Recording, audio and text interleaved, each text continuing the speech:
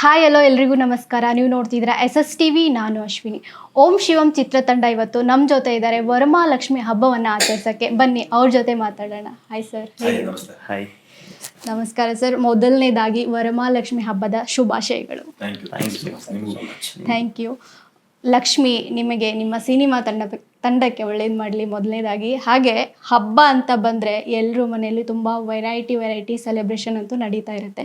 ಇವಾಗ ನಿಮ್ಮ ಮನೇಲಿ ಯಾವ ಥರ ಸೆಲೆಬ್ರೇಷನ್ ಇರುತ್ತೆ? ಫಸ್ಟ್ನೇದು ಹೀರೋ ಲಕ್ಷ್ಮೀ ಪುತ್ರರು ಇವರು ಸರ್, ನಮ್ಮ ಮನೇಲಿ ವರಮಹಾಲಕ್ಷ್ಮಿ ಅಂದರೆ ಎಲ್ಲರೂ ಮನೇಲಿ ಹೆಣ್ಮಕ್ಳಿಲ್ಲ, ಅಮ್ಮನೇ ಎಲ್ಲ ಮಾಡೋದು. ಡ್ಯಾಡಿ ಸಪೋರ್ಟ್ ಮಾಡ್ತಾರೆ.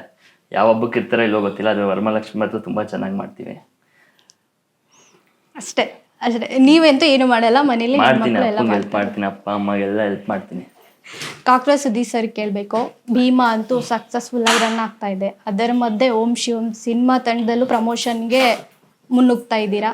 ಇದು ಹೆಂಗೆ ಸರ್ ನೀವು ಇದನ್ನೆಲ್ಲ ಮ್ಯಾನೇಜ್ ಮಾಡ್ತೀರಾ? ಇಷ್ಟು ಸಕ್ಸಸ್ ಮಧ್ಯೆ ಇಷ್ಟು ಬ್ಯುಸಿ ಆಗಿರೋ? ಇಲ್ಲ ಮೇಡಮ್, ಸಕ್ಸಸ್ ಅಂತ ಇಲ್ಲ, ಕೆಲಸ ಅಷ್ಟೇ ಇದು. ಈಗ ಯಾವುದೇ ಒಂದು ಕೆಲಸ ಮಾಡಿದ್ರು ಅವ್ರವ್ರು ಮಾತ್ರ ಗೊತ್ತಿರುತ್ತೆ. ಈಗ ಒಬ್ಬ ಕಾರ್ಪೆಂಟ್ರು ಒಂದು ಒಳ್ಳೆ ಬಾಗಿಲು ಮಾಡಿದ್ರೆ ಅದು ತುಂಬ ಚೆನ್ನಾಗಿದೆ ಅಂತ ಆ ಮನೆ ಮಾಡಿಸೋರು ಮಾತ್ರ ಗೊತ್ತಿರುತ್ತೆ. ಒಬ್ಬ ಆ್ಯಕ್ಟ್ರು ತುಂಬ ಚೆನ್ನಾಗಿ ಕೆಲಸ ಮಾಡಿದ್ರೆ ಅದು ಇಡೀ ಕರ್ನಾಟಕಕ್ಕೆ ಗೊತ್ತಾಗುತ್ತೆ. ಹಂಗಾಗಿ ಎಲ್ಲರೂ ಅವ್ರವ್ರ ಕೆಲಸದಲ್ಲಿ ಅದು ಚೆನ್ನಾಗಾದಾಗ ಅದು ಸಕ್ಸಸ್ಸೇ ಅದು ಅಲ್ವಾ. ಈಗ ಯಾರೋ ಅಡುಗೆ ಮಾಡಿ ಒಂದು 5 ಜನಕ್ಕೆ ಊಟ ಹಾಕಿದಾಗ ಏನು ಅಡುಗೆ ಮಾಡಿದಾರೆ ಅಂತ ಆ 5 ಜನಕ್ಕೆ ರೀಚ್ ಆಗಿರುತ್ತೆ. ನಾವು 6 ಕೋಟಿ ಜನಕ್ಕೆ ಬಡಿಸ್ತೀವಿ, ಹಂಗಾಗಿ ಅದು ಗೊತ್ತಾಗುತ್ತೆ. ಈ ಸಕ್ಸಸ್ಸು ಈ ತಲೆಗೆ ಇಟ್ಕೋ ಅದು ಹಿಗ್ಗೋದು ಇಲ್ಲ, ನಾನು ಸೋತಕ್ಕೆ ಹೋಗೋದು ಇಲ್ಲ. ಆ ಕೆಲಸ ಮಾಡಬೇಕಿತ್ತು, ಅದು ಮಾಡಿ ಮುಗಿಸ್ದೆ. ಈಗ ಈ ಕೆಲಸ ಶುರುವಾಗಿದೆ, ಇದನ್ನು ಮಾಡ್ತಿದ್ದೀನಿ ಅಷ್ಟೇ. ನಿಮ್ಮ ಮನೇಲಿ ಹಬ್ಬನ ಯಾವ ಥರ ಆಚರಿಸ್ತೀರಾ? ನಮ್ಮ ಮನೇಲಿ ಅದೇ ಮೇಡಮ್, ಒಬ್ಬರೇ ರಿಸ್ಕ್ ತೊಗೋಬೇಕಾಗುತ್ತೆ ಅಂದ್ಬಿಟ್ಟು 2 ದಿನ ಮುಂಚೆನೇ ಅವ್ರ ತಾಯಿ ಮನೆಗೆ ಹೋಗ್ಬಿಡ್ತಾರೆ, ನಮ್ಮ ತವ್ರ ಮನೆ ಚೆನ್ನಾಗಿರಲಿ ಅಂತ. ಆವತ್ತಿನ ಅಡುಗೆನೆಲ್ಲ ಫ್ರಿಜ್ಜಲ್ಲಿ ಇಟ್ಟಿರ್ತಾರೆ, ನಾವು ಆ್ಯಂಟಿಕ್ ಥರ ತೆಕ್ಕೊಂಡು ಒಬ್ಬತ್ತಿನ ತಿನ್ಕೋಬೇಕಷ್ಟೇ. ಪಾಪ ಅನ್ಸುತ್ತಲ್ವಾ? ಅದಕ್ಕೆ ಕಳಿಸ್ತೀನಿ ಮೇಡಮ್, ಆರಾಮಾಗಿ ಖುಷಿಯಾಗಿ ನಿಮ್ಮ ತಾಯಿ ಮನೆ. ಅಲ್ಲ ಸರ್, ಅದಕ್ಕೆ ನೋಡಿ ಓಂ ಶಿವಂ ತಂಡದವ್ರು ಇವತ್ತು ನಿಮಗೋಸ್ಕರ ಸೆಲೆಬ್ರೇಟ್ ಮಾಡ್ತಾ ಇದ್ದಾರೆ. ಹೌದು, ಖಂಡಿತ ಮೇಡಮ್. ನಮ್ಗೇನು ಮೇಡಮ್, ನಮಗೆ ಸಿನಿಮಾ ತಾಯಿ ಇದೆ. ಯಾವಾಗಲೂ ನಮ್ಮ ತಾಯಿ ಜೊತೆ ನಮ್ಗೆ ಸಿನಿಮಾ ತಾಯಿ ಇದೆ. ಪ್ರೊಡ್ಯೂಸರ್ಗಳೆಲ್ಲ ಅವರೇ, ಅನ್ನದಾತರ ಥರ. ಈಗಲೂ ನೋಡಿ ಅದ್ಭುತವಾದ ಊಟ ಕೊಡಿಸಿ ಕರ್ಕೊಬಂದು ಕೂರಿಸ್ಕೊಂಡವ್ರೆ. ಖುಷಿಯಾಗಿರ್ತೀನಿ ನಾನು ಎಲ್ಲಿದ್ರು. ಸರ್, ನೀವು ಕೂಡ ಲವ್ ಯು ಅಪ್ಪು ಸರ್ದೊಂದು ಮೂವಿನ ರತ್ನ ಅನ್ನೋ ಸಿನಿಮಾದಲ್ಲಿ ಒಂದು ಒಳ್ಳೆ ಡೈರೆಕ್ಟರ್ ಕ್ಯಾರೆಕ್ಟರ್ನ ಮಾಡಿ ಒಳ್ಳೆ ಸಕ್ಸಸ್ ಅನ್ನ ಕಂಡು 50 days ಸೆಲೆಬ್ರೇಷನ್ ಕೂಡ ಆಯಿತು. ಇವಾಗ ಓಂ ಸಿನಿಮಾ ಜೊತೆ ಹೇಗೆ ಅನಿಸ್ತಾ ಇದೆ? ತುಂಬ ಖುಷಿ ಆಗ್ತಿದೆ. ಒಂದು ಸ್ಮಾಲ್ ಡ್ಯೂರೇಷನ್ ಬರೋಂಥ ಒಂದು ಪಾತ್ರ ಮಾಡಿದ್ದೀನಿ.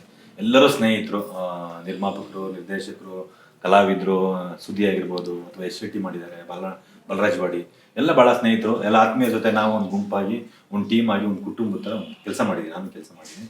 ಹಾಗೆ ನಮ್ಮ ಹೀರೋ ಒಳ್ಳೇದಾಗಬೇಕು, ನಮ್ಮ ನಿರ್ಮಾಪಕರು ಒಳ್ಳೇದಾಗಬೇಕು, ನಿಮ್ಮ ನಿರ್ದೇಶಕರು ಒಳ್ಳೇದಾಗಬೇಕು, ಆ ನಿಟ್ಟಿನಲ್ಲಿ ಕೆಲಸ ಮಾಡ್ತೀವಿ. ಎಲ್ಲರೂ ಒಟ್ಟಿಗೆ ಸೇರ್ಕೊಂಡು ಕೆಲಸ ಮಾಡ್ತಾ ಇದ್ವಿ ಅಷ್ಟೇ. ಹೀರೋಗೆ ಒಳ್ಳೇದಾಗಬೇಕು ಅಂತ ಸ್ಪೆಷಲ್ ಆಗಿ ವರಮಹಾಲಕ್ಷ್ಮಿ ಹಬ್ಬದ ದಿನವಾಗಿನೇ ಸ್ಪೆಷಲ್ ಎಪಿಸೋಡ್ನ ಮಾಡ್ತಾ ಇದ್ದೀರಿ. ಯಾಕೆ ಇಷ್ಟೊಂದು ಪ್ರೀತಿ ಹೀರೋ ಮೇಲೆ ಆಗಿದ್ರೆ? ನಮ್ಮನ್ನ ಭಾಳ ಅದ್ಭುತವಾಗಿ ನೋಡ್ಕೊಂಡಿದ್ದಾರೆ ಒಂದು. ಆಮೇಲೆ ಹೀರೋ ಓಕೆ, ಇವ್ರು ಒಳ್ಳೇದಾಗಬೇಕು, ಆದರೆ ಇವ್ರ ತಂದೆ ನಿರ್ಮಾಪಕರು ಇದಾರಲ್ಲ, ಅವ್ರದ್ದು ಭಾಳ ದೊಡ್ಡ ಮನಸ್ಸು, ದೊಡ್ಡ ಗುಣ, ಶೂಟಿಂಗ್ ಎಲ್ಲ ಭಾಳ ಚೆನ್ನಾಗಿ ನೋಡ್ಕೊಂಡಿದ್ದಾರೆ. ಆಮೇಲೆ ಒಂದು ಫ್ಯಾಷನ್ ಇದೆ, ಒಂದು ಅಂದರೆ ಬರೀ ಸಿನಿಮಾಗೆ ದುಡ್ಡು ಹಾಕಬೇಕು, ದುಡ್ಡು ಮಾಡಬೇಕು ಅನ್ನೋ ಕಾನ್ಸೆಪ್ಟ್ ಬಿಟ್ಟು ಒಳ್ಳೊಳ್ಳೆ ಚಿತ್ರಗಳನ್ನ ಮಾಡಬೇಕು, ಚಿತ್ರರಂಗ ಒಳ್ಳೊಳ್ಳೆ ಕೊಡುಗೆಗಳನ್ನ ಕೊಡಬೇಕು. ನನ್ನ ಕಡೆಯಿಂದನೂ ಒಂದಷ್ಟು ಜನ ಮೊದಲ ಕೊಡುಗೆ ಕೊಟ್ಟಿದ್ದಾರೆ, ನನ್ನ ಕಡೆಯಿಂದನೂ ಒಂದು ಒಳ್ಳೆ ಚಿತ್ರಗಳು ಬರಬೇಕು, ಒಂದಷ್ಟು ಬರಬೇಕು, ಆ ಥರ ಕೆಲಸ ಮಾಡ್ತೀವಿ. ಈಗ ನೋಡಿ, ಮಗನಿಗೋಸ್ಕರ ಒಂದು ಸಿನಿಮಾ ಮಾಡ್ತಾರೆ, ನೆಕ್ಸ್ಟ್ ಮಾಡ್ತಿರೋ ಪ್ರಾಜೆಕ್ಟ್ ಬೇರೆ ಯಾರಿಗೋ ಮಾಡ್ತಾರೆ. ಬರೀ ಮಗನಿಗೋಸ್ಕರ ಸಿನಿಮಾ ಮಾಡೋದು ಇದೊಂದೇ ಪಿಕ್ಚರ್ ಮಾಡಿ ಸುಮ್ಮನೆ ಬಿಟ್ಟರು. ಇನ್ನೂ ಬೇರೆ ಬೇರೆ ಚಿತ್ರಗಳು ಮಾಡ್ತಾರೆ, ಬೇರೆ ಆ್ಯಕ್ಟರ್ಗಳು ಹಾಕೊಂಡು ಮಾಡ್ತಾರೆ. ಆಮೇಲೆ ಎಲ್ಲರಿಗೂ ಒಂದಷ್ಟು ಕೆಲಸ ಅಲ್ವಾ. ಒಬ್ಬ ನಿರ್ಮಾಪಕರು ಬಂದರೆ ಇನ್ನೊಂದು ಎಷ್ಟೋ ಕುಟುಂಬ, 100 ಕುಟುಂಬ, 200 ಕುಟುಂಬ ಬದುಕ್ತಾ ಇರುತ್ತೆ. ಸೊ ಆ ನಿಟ್ಟಿನಲ್ಲಿ ನಿರ್ಮಾಪಕ ಒಳ್ಳೇದು ಸಾಕು. ಅದು ಮೇನ್ ಏನಂದ್ರೆ ಅಪ್ಪ ಅವರು ಚೆನ್ನಾಗಿ ನೋಡ್ಕೊಂಡಿದ್ದಾರೆ ಅಂತ ಹೀರೋ ಸಪೋರ್ಟ್ ಮಾಡ್ತಾ ಇದ್ದೀರಾ ಅಂತ. ಏನಾಗುತ್ತೆ ಗೊತ್ತಾ, ಈಗ ನಾನು ವರದಾ ಯಶ್ ಶೆಟ್ಟಿ ಎಲ್ಲ ಏನೋ ಪೋಷಕ ಕಲಾವಿದ್ರು ಅಂದ್ರೆ ಏನೋ ಆ ಪಾತ್ರಕ್ಕೆ ಪೋಷಣೆ ಮಾಡೋದು. ಬರೀ ಸಿನಿಮಾಲ್ ಪೋಷಣೆ ಮಾಡಿದ್ರೆ ಆಯ್ತಾ? ಮತ್ತೆ ಸಿನಿಮಾ ಆಚರಣೆ ಪೋಷಣೆ ಮಾಡ್ಲೇಬೇಕಲ್ಲ. ಹುಡುಗ ದುಬೈಲಿ ಓದ್ತಿರೋ ಹುಡುಗ, ಅವ್ರ ತಂದೆಗೆ ಸಿನಿಮಾ ಗೊತ್ತಿಲ್ಲ, ಆದ್ರೂ ಸಿನಿಮಾ ಕನ್ನಡದ ಇದ್ರ ಮೇಲೆ ಆ ಪ್ರೀತಿ ಇಟ್ಕೊಂಡು ಅವನಲ್ಲಿ ಓದ್ಕೊಂಡಿದ್ರು. ಅವಾಗ ಫ್ಲೈಟ್ ಹಾಕೊಂಡು ಇಲ್ಲಿಗೆ ಬಂದು ಕೆಲಸ ಮಾಡಿದ್ದಾನೆ. ಅವ್ನು ಹೊಸಬ. ಈಗ ನಾನು ವರದಾ ಯಶ್ ಎಲ್ರಿಗೂ ಗೊತ್ತು ಅಲ್ವಾ. ಈಗ ಅವ್ನು 2 ಸಿನಿಮಾಗೆ ಅವ್ನಿಗೆ ಹೆಸರಾದ್ರೆ, ಅವ್ನಿಗೆ ಹೆಸರಾದ್ಮೇಲೆ ಅವ್ನು ಹೇಳ್ಕೊಂತಾನೆ. ಈಗ ಪಾಪ ಅವ್ನು ಹೊಸಬ. ಹಂಗಾಗಿ ನಾವು ಬರೀ ಸಿನಿಮಾಲ್ ಮಾತ್ರ ಮುಗುರು ನಿನಗೆ ಪೋಷಕರಾಗಿರ್ತೀವಿ ಹಂಗಲ್ಲ. ಸಿನಿಮಾದಲ್ಲೂ ಪೋಷಣೆ ಮಾಡಬೇಕು, ಸಿನಿಮಾ ನಂತರ ಸಿನಿಮಾ ನಿಲ್ಸೋದ್ರಲ್ಲೂ ಪೋಷಣೆ ಮಾಡಬೇಕು. ಸೊ ಹಂಗಾಗಿ ಅವ್ನು ಗೆಲ್ಬೇಕು. ಈಗ ಇವ್ನು ಗೆದ್ರೆ, ಈಗ ನೋಡಿ ಈ ಸಿನಿಮಾ ರಿಲೀಸ್ಗೆ ಮುಂಚೆನೇ ಅವರು 2 ಸಿನಿಮಾ ಮಾಡಿದ್ದಾರೆ. 2 ಸಿನಿಮಾದಲ್ಲಿ ನಾವೆಲ್ಲ ಕೆಲಸ ಮಾಡಿದ್ದೀವಿ. ಸೊ ಆ ಬಾಂಧವ್ಯ ಇದೆ. ಅವ್ರು ಮತ್ತೆ ನಮ್ಮನ್ನು ಕರಿಬೇಕು ಅಂದರೆ ನಮ್ಮ ಒಳ್ಳೆತನ ಅವ್ರಿಗೆ ಗೊತ್ತಾಗಿರ್ಬೇಕು, ಮತ್ತೆ ನಾವು ಹೋಗ್ಬೇಕು ಅಂದರೆ ಅವ್ರ ಒಳ್ಳೆತನ ನಮಗೆ ಗೊತ್ತಾಗಿರುತ್ತೆ. ಈ 2ರಲ್ಲಿ ಯಾವ್ದು ಮಿಸ್ ಹೊಡೆದ್ರು ನಾವು ಹೋಗಲ್ಲ, ಇಲ್ಲ ಅವ್ರು ಕರಿಯಲ್ಲ. ಸೊ ಹಂಗೆ 2 ಮಾಡಿದ್ದೀವಿ. ಈಗ ಈ ಸಿನಿಮಾ ಗೆದ್ರೆ ಅವ್ರು ಕಂಟಿನ್ಯೂಸ್ ಸಿನಿಮಾ ಮಾಡೋಕೆ ಅಂತಾನೆ ಆಸೆ ಇಟ್ಕೊಂಡು ಬಂದಿರೋರು. ಸೊ ಒಂದು ಸಿನಿಮಾ ಮಾಡಿದ್ರೆ ಮಿನಿಮಮ್ 200 ಕುಟುಂಬಗಳು ಊಟ ಮಾಡುತ್ತೆ. 200 ಕುಟುಂಬಗಳು, 200 ಜನ ಕೆಲಸ ಮಾಡಿದ್ರೆ ಅವ್ನು ಮನೆಗೆ ತೊಗೊಂಡು 200 ಕುಟುಂಬ ಇಂಟು ಒಂದು 800 ಜನ ಹಾಕೊಳ್ಳಿ ಅಲ್ಲಿಗೆ. ಸೊ ಈ ಸಿನಿಮಾ ಗೆದ್ರೆ ಮತ್ತೆ ಅವ್ರು ಸಿನಿಮಾ ಮಾಡ್ತಾರೆ, ಮತ್ತೆ ನಮ್ಮ ಸಿನಿಮಾಲಿರೋ ಯಾರೋ ನಮ್ಮ ಅಣ್ಣ ತಮ್ಮದಿರ್ತಾರನಲ್ವ ಎಲ್ಲರೂ, ಅವ್ರಿಗೆಲ್ರಿಗೂ ಕೆಲಸ ಸಿಗುತ್ತೆ. ಸೊ ಸಿನಿಮಾ ಗೆಲ್ಲಬೇಕು, ಸಿನಿಮಾ ಗೆಲ್ಸ್ಬೇಕು, ನಾವು ಜೊತೆಯಲ್ಲಿ ಗೆಲ್ಸ್ಬೇಕು. ಒಳ್ಳೆ ಮಾತು ಸರ್. ಸರ್, ಈ ಸ್ಟಡಿ ಮಧ್ಯೆ ಶೂಟಿಂಗ್ನ ಅದು ಹೆಂಗೆ ಮೇಂಟೈನ್ ಮಾಡಿದ್ರಿ? ಮ್ಯಾಮ್ ಟ್ರಾವೆಲ್ ಮಾಡ್ತಾ ಇದ್ದೆ, ವೆಕೇಷನ್ ಅಂತ ಮನೆಗೆ ಬಂದೆ. ಮನೆಗೆ ಬಂದಾದಮೇಲೆ ಡ್ಯಾಡಿ ಫ್ರೆಂಡ್ ಬಂದಿದ್ದರು, ನಮ್ಮ ಡೈರೆಕ್ಟರ್ ಅಲ್ಲಿನ ಸರ್, ಅವ್ರು ಡೈರೆಕ್ಟರ್ ಅಂತೆಲ್ಲ ಗೊತ್ತಿಲ್ಲ ನನಗೆ. ಆಮೇಲೆ ಹೆಂಗೆ ಇಂಟ್ರಡ್ಯೂಸ್ ಮಾಡಿದ್ರು. ಅದಾದಮೇಲೆ ಅವ್ರದ್ದೇನೋ ಪ್ಲ್ಯಾನ್ ಇತ್ತು ಶೂಟಿಂಗ್, ಅದೆಲ್ಲ ನಂಗೆ ಗೊತ್ತಿರಲಿಲ್ಲ. ಅದಾದಮೇಲೆ ಹಂಗೆ ನಿಧಾನಕ್ಕೆ ಬಂದು ಈ ಥರ ಒಂದು ಸಿನಿಮಾ ಇದೆ, ಮಾಡ್ತೀಯಾ, ನಿಂಗೆ ಇಂಟ್ರೆಸ್ಟ್ ಇದ್ದರೆ ಮಾಡು, ಇಲ್ಲಾಂದರೆ ಬೇಡ ಅಂತ ಡೈರೆಕ್ಟ್ರು ಬಂದರು. ಅವ್ರೊಂದು ಸರಿ ಸ್ಟೋರಿ ಪೂರ್ತಿ ಏನು ಹೇಳಿಲ್ಲ, ಈ ಥರ ಇದೆ ಅಂದರು. ಸರಿ ಸರ್ ಆಯಿತು ಮಾಡ್ತೀನಿ ಅಂದೆ. ಬರೀ ಮಾಡ್ತೀನಿ ಅಂದರೆ ಹೇಳಿದ್ರೆ ಆಗಲ್ಲ, ನನ್ನ ಜೊತೆ ಒಂದು 4 months ಟ್ರಾವೆಲ್ ಮಾಡಬೇಕು ನೀವು ಅಂದರು. ಸರಿ ಸರ್ ಆಯ್ತು ಮಾಡ್ತೀನಿ ಅಂದೆ. ಅಲ್ಲಿ ಒಂದು 3 months ವೆಕೇಷನ್ ಇತ್ತು. ಅದಾದಮೇಲೆ 1 ತಿಂಗಳು ಜಾಸ್ತಿ ರಜೆ ಹಾಕ್ಬಿಟ್ಟು ಟ್ರೈನಿಂಗ್ ಏನು ಬೇಕೋ ಅದು ತೊಗೊಂಡು ತಿರ್ಗಾ ವಾಪಸ್ ತಿರ್ಗಾ ಬಂದು ಮರ್ತು ಬಿಟ್ಟಿರ್ತೀಯ ಅಂತ ಭಯಕ್ಕೆ ತಿರ್ಗಾ ಅವ್ರು ಇನ್ನೊಂದು 3 months ಇದು ಮಾಡಿ ಆಮೇಲೆ ಕರ್ಕೊಂಡು ಶೂಟಿಂಗ್ ಮಾಡಿಸಿದ್ದು. ಈ ಕಷ್ಟ ಅಂತ ಏನು ಅನಿಸ್ಲಿಲ್ಲ ಹಾಗಿದ್ರೆ? ಈಗ ಕಷ್ಟ ಅಂತ ಅನಿಸಿಲ್ಲ ಅಂದರೆ ಅನ್ಸುತ್ತೆ ಕಷ್ಟ ಅಂದಮೇಲೆ. ಯಾಕೆ ಸ್ಟಾರ್ಟಿಂಗ್ ನನ್ನ ಸೀನ್ ಇದ್ದಿದ್ದು ಎಲ್ಲ ರೆಕಗ್ನೈಸ್ ಆರ್ಟಿಸ್ಟ್ ಜೊತೆ ಎಲ್ಲ ದೊಡ್ಡ ಜೊತೆ ಇತ್ತು. ನಿಂತ್ಕೊಂಡಾಗ ಅದೊಂದು ಇರುತ್ತಲ್ವ, ಫಿಯರ್ ಅನ್ನೋದು ಎಲ್ಲರಿಗೂ ಇರುತ್ತೆ. ಅದು ಅಲ್ಲಿ ಇದ್ದಾಗ ಸ್ವಲ್ಪ ಪ್ರೊಡ್ಯೂಸರ್ ಆಗಲಿ ಡೈರೆಕ್ಟರ್ ಆಗಲಿ ಅವ್ರು ಯಾವತ್ತೂ ಸೆಟಲ್ ಪ್ರೊಡ್ಯೂಸರ್ ಅಪ್ಪ ಅಂತ ಯಾವತ್ತೂ ನಾನು ಇದೆ ಅವರು ಹೇಳ್ಬಿಟ್ಟಿದ್ರು.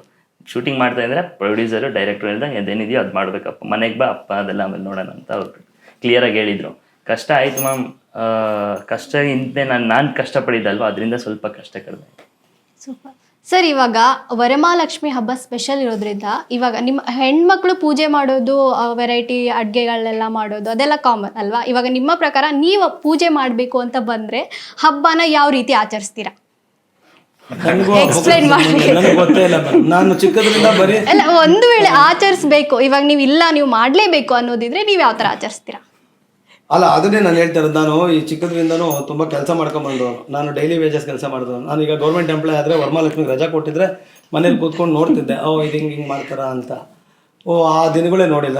ನನಗೆ ಕೆಲಸ ಇದ್ರೆ ಹಬ್ಬ ಮೇಡಮ್. ಸಿನಿಮಾ ಮುಹೂರ್ತಾನೆ ನಮ್ಗೆ ವರಮಹಾಲಕ್ಷ್ಮಿ. ಸಿನಿಮಾ ರಿಲೀಸ್ ಆಗಿ ಸೂಪರ್ ಹಿಟ್ ಆದರೆ ಗಣೇಶ ಹಬ್ಬ. ಸರ್, ಇವಾಗ ಸಿನಿಮಾದಂತ ಅಂತ ಹೇಳಿದ್ರಿ, ಯಾವುದು ನೀವು ಪೂಜೆನೆ ನೋಡಿಲ್ವಾ ಹಾಗಿದ್ರೆ? ಅದು ನೋಡಿದ್ದೀನಿ. ಅಲ್ವಾ? ನೋಡಿ ಈಗ ಇವರು ಇಲ್ಲಿ ಅಲಂಕಾರ ಎಲ್ಲ ಮಾಡಿದ್ರು ಗೊತ್ತು, ಬಂದೆ ಕೈ ಮುಗ್ದು ಪೂಜೆ ಅಷ್ಟೇ ಗೊತ್ತು. ನಾವು ಅಷ್ಟೇ ಮಾಡೋದು ಕೆಲಸ ಇವ್ರು ಎಷ್ಟು ಈಸಿ ಅನ್ಕೊಂಡ್ರು ನೋಡಿ ಸರ್. ಈ ಕಾಯಕವೇ ಕೈಲಾಸ ತರ ನಮ್ಗೆ. ಕಾಯಕವೇ ಕೈಲಾಸ, ಸುಮ್ಮನಿದ್ರೆ ಉಪವಾಸ. ಕೆಲಸ ಮಾಡ್ಬೇಕಷ್ಟೇ ಸರ್. ಇವಾಗ ಅಟ್ಲೀಸ್ಟ್ ಇವಾಗ ದೇವ್ರ ಹಾಡ್ಗಳು ಹಾಡ್ತಾರೆ ಗೊತ್ತಾ ಪೂಜೆ ಟೈಮಲ್ಲಿ? ಏನ್ ನಮ್ ಕಡೆ ಇಲ್ಲ, ಇವಾಗ ನೀವು ಒಂದು ಹಾಡು ಹೇಳಬೇಕು. ಎಷ್ಟು ಹಾಡುಗಳಿದೆ ಗೊತ್ತಾ? ದೇವ್ರದ ಹಾಡುಗಳಿದೆ ಗೊತ್ತಾ? ಇವಾಗ ಈ ದೇವ್ರ ಮುಂದೆ ಒಂದು ಹಾಡು ಹೇಳಿ ನೋಡೋಣ. ಸುದೀಪ್ ಸರೇ ಹಾಡ್ಬೇಕು ಇವಾಗ. ಆಡಕ್ ಬರಲ್ಲ. ಚಿಕ್ಕ ವಯಸ್ಸಲ್ಲಿ ಸ್ಕೂಲಲ್ಲೆಲ್ಲ ಗಜಮುಖ ಗಣಪತಿ ನಿನಗೆ ಲಕ್ಷ್ಮಿ ಹಾಡ್ಬೇಕು. ಎಷ್ಟೊಂದು ಹಾಡಿದೆ ಸರ್. ಸಿನಿಮಾ ಹಾಡು, ಸರಿ ಸಿನಿಮಾ ಹಾಡುಗಳೇ. ಸಿನಿಮಾದ ಭಾಗ್ಯ ಹಂಗ್ ಗೊತ್ತಷ್ಟೇ. ಸರಿ, ಇವಾಗ ಒಂದ್ ಹೆಣ್ಮಕ್ಳ ಜೊತೆ 4 ಜನ ಹೆಣ್ಮಕ್ಳು ಸೇರ್ಕೊಂಡ್ಬಿಟ್ಟು ಹಾಡೋದಂತೂ ಇದು ಕಾಮನ್ ಅಲ್ವಾ? ಇವಾಗ ಒಬ್ರು ಹಾಡ್ತಾರೆ, ಅವ್ರ ಜೊತೆ ನೀವು ಹಾಡಿ. 2 ನಿಮಿಷ ಈ ಸೆಗ್ಮೆಂಟ್ ಎಲ್ಲ ಹೀರೋಯಿನ್ ಕರೆಸ್ತೀವಿ.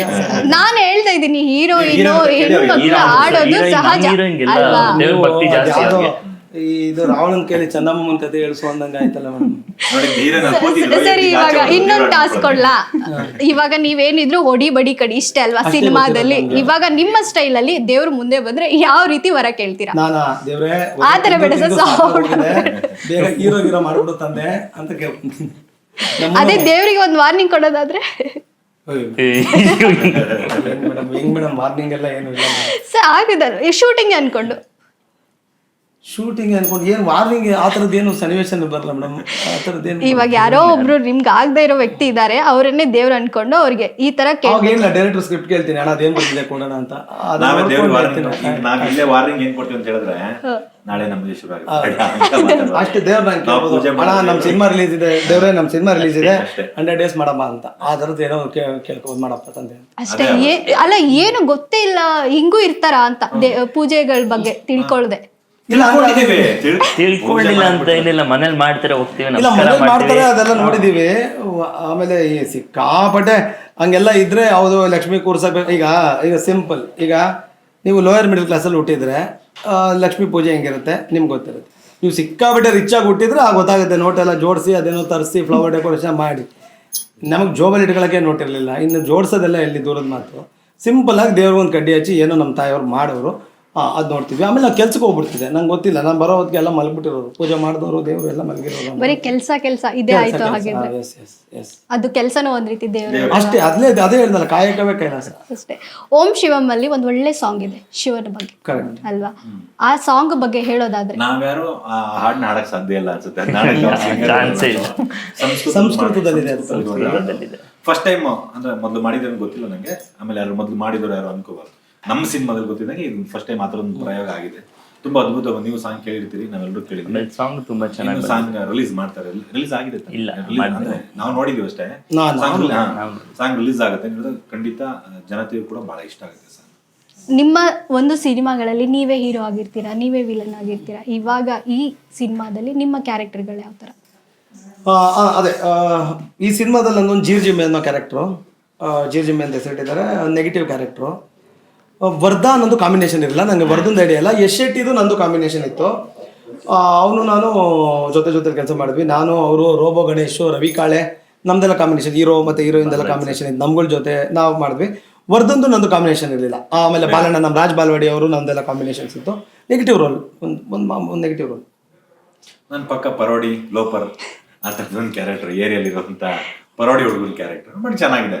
ಹೀರೋಗೂ ನಮಗೊಂದು ಆಪೋಸಿಟ್ ಟೀಮ್ ಥರ ಆ ಥರ. ಸರ್ ನೀವ್ ಹೇಳಿ, ಸುದೀಪ್ ಸರ್ ಜೊತೆ ಮತ್ತೆ ವರ್ಧಾ ಸರ್ ಜೊತೆ. ಒಂದು 3 ಪೊಸಿಷನ್ಸ್ ಚೇಂಜ್ ಆಗುತ್ತೆ ನಂದು. ಫಸ್ಟು ತುಂಬ ಇನ್ನೋಸೆಂಟ್ ಆಗಿರ್ತೀನಿ, ಆಮೇಲೆ ಲೈಫಲ್ಲಿ ಒಂದು ಹುಡುಗಿ ಬರ್ತಾಳೆ, ಅದಾದ್ಮೇಲೆ ತಿರ್ಗಾ ನೆಕ್ಸ್ಟು ಫೈಟ್ಸ್ ಅದು ಇದು. ಹುಡುಗಿ ಬಂದ್ಮೇಲೆ ಅಷ್ಟೇ ಕಣ, ಅಷ್ಟೇ ಮುಗೀತು ಫೈಟ್. ನೋಡಿ ಎಷ್ಟು ಎಕ್ಸ್ಪೀರಿಯನ್ಸ್ ಇದೆ ನೋಡಿ. ಅವ್ರು ಕರೆಕ್ಟಾಗಿ ಹೇಳ್ತಾರೆ, ಅದೇ experience. ಅವ್ರಿಗೆ ಸುಳ್ಳು ಹೇಳಕ್ಕಾಗಲ್ಲ, ಯಾಕಂದ್ರೆ ಅವ್ರ ಎಕ್ಸ್ಪೀರಿಯನ್ಸ್ ಅದು. ಅದೇ ಹಾಗೆ ಎಷ್ಟು ಸರ್ ಹುಡ್ಗಿರ್ಗೋಸ್ಕರ ಎಷ್ಟು ಫೈಟ್ ಮಾಡಿದೀರಾ ಆಗಿದ್ರೆ? ಪರ್ಸನಲ್ ಕೇಳ್ತಿರೋ ಸಿನಿಮಾ ಬಗ್ಗೆ ಬೇಡ. ಹುಡುಗಿರೋ ಅವ್ನು ಫೈಟ್ ಮಾಡಿಲ್ಲ, ಹುಡುಗಿರೋ ಬೇರೆ ಒಂದು ಹೊಡೆದೋಗ್ಯಾರ ಎಲ್ಲ. ಅಲ್ಲ ಹೇಳ್ತಾರೆ ಇವಾಗ ಅವ್ರು ನೆನಪಿಸ್ಕೊಳ್ತಾ ಇದಾರೆ ಎಷ್ಟು ಆಗಿರಬಹುದು. ಆ ಥರದ್ದೇನಿಲ್ಲ, ಒರಿಜಿನಲ್ ಫೈಟ್ ಮಾಡಿದ್ದಾನೆ. ನಂದು ಮೋಸ್ಟ್ಲಿ ನಿಮ್ಗೆ ಹಳೇದು ಗೊತ್ತಿಲ್ಲ ಅದಕ್ಕೆ ಈ ಪ್ರಶ್ನೆ ಕೇಳಿದ್ರಿ. ನಂದು ಫೈಟಲ್ಲೇ ಮದುವೆ ಆಗಿತ್ತು, ಮದುವೆಲಿ ಫೈಟ್ ಅಲ್ಲ. ನಂದು ಲವ್ ಮ್ಯಾರೇಜ್, ಒಂದು ಸ್ವಲ್ಪ ಡಿಫಿಕಲ್ಟ್ ಲವ್ ಮ್ಯಾರೇಜ್ ನಂದು, ಗೊತ್ತು ಬೇರೆಯವ್ರಿಗೆಲ್ಲ ಅದ್ರ ಬಗ್ಗೆ. ರಿಯಲ್ ಲೈಫ್ ಇಂದಾನೆ ಲೈಫಲ್ಲಿ ವಿಲನ್ ಆದ್ರೆ ಆಮೇಲೆ ಸಿನಿಮಾ, ಲೈಫಲ್ಲಿ ಹೀರೋ, ನಾನು ಲೈಫಲ್ಲಿ ಹೀರೋ, ಆಮೇಲೆ ಸಿನಿಮಾಲ್ ಮಾತ್ರ ವಿಲನ್. ಹೇಗೆ ಸರ್ ಇವ್ರುಗಳ ಜೊತೆ ವರ್ಕ್ ಮಾಡಿರೋಂಥ ಎಕ್ಸ್ಪೀರಿಯನ್ಸ್ ಹೇಗಿತ್ತು ನಿಮ್ಗೆ?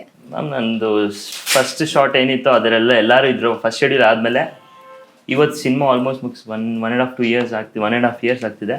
ಇವತ್ತೆಲ್ಲ ಸಿನಿಮಾ ಶುರುವಾಗಿ ಒಂದು ವರ್ಷ ಆಯಿತು, ಶೂಟಿಂಗ್ ಮುಗಿದು ಒಂದು 3 months ಆಯಿತು. ನಾವೆಲ್ಲ ಇವತ್ತು ಅವಾಗ ಹೆಂಗಿದ್ವಿ, ಇವಾಗ ಸೆಟ್ಟಲ್ಲಿ ಹೆಂಗಿದ್ವಿ, ಇವಾಗ ಹಂಗೆ ಇದೀವಿ, ಎಲ್ಲ ಸಿಗ್ತಾ ಇರ್ತೀವಿ, ಚೆನ್ನಾಗಿದೆ. ವರಮಹಾಲಕ್ಷ್ಮಿ ಹಬ್ಬದ ಬಗ್ಗೆ ಮತ್ತೆ ಸಿನಿಮಾ ಬಗ್ಗೆ ನಮ್ಮ ಜೊತೆ ಸ್ವಲ್ಪ ಮಾತಾಡಿದಕ್ಕೆ ತುಂಬಾ thanks sir. Thank you sir. SS TV, cinema ಜಗತ್ತಿನ ಕ್ಷಣ ಕ್ಷಣದ ಸುದ್ದಿಯೊಂದಿಗೆ.